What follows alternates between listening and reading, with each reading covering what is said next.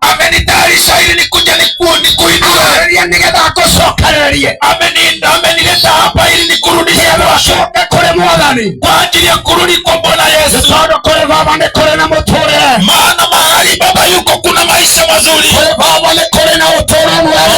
mahali Yesu aliko kuna maisha mazuri.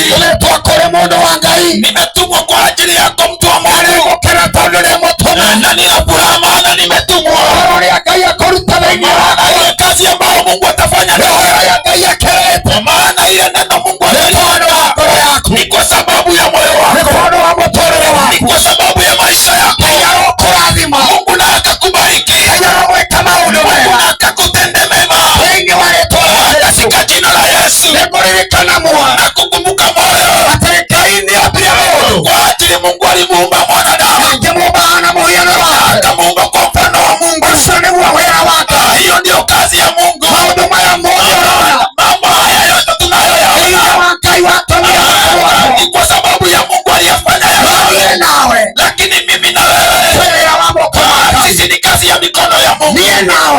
Mimi na wewe, sisi ni kwa sababu ya upendo kwa ajili ya hayo Mungu ametumana.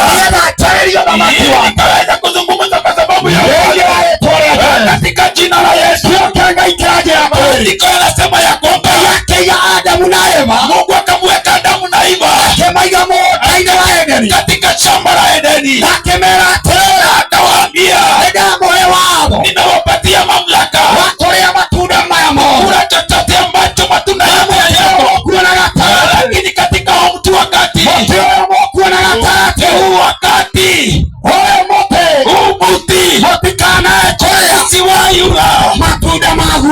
matunda ya mtu, lakini nimewapa mamlaka,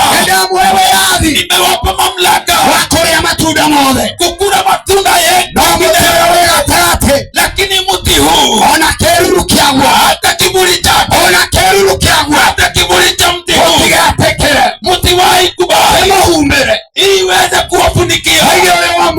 Katika jioni ya leo nimetumwa katika shamba na ili nikawalegesha watu katika shamba la Edeni katika jina la Yesu.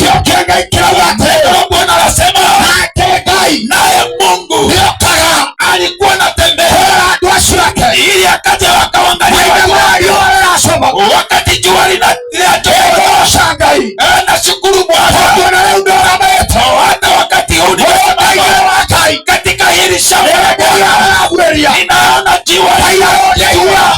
Mungu na akanisaidia, Mungu na akanisaidia na hili neno nikaweza kupata ndani ya maisha yangu.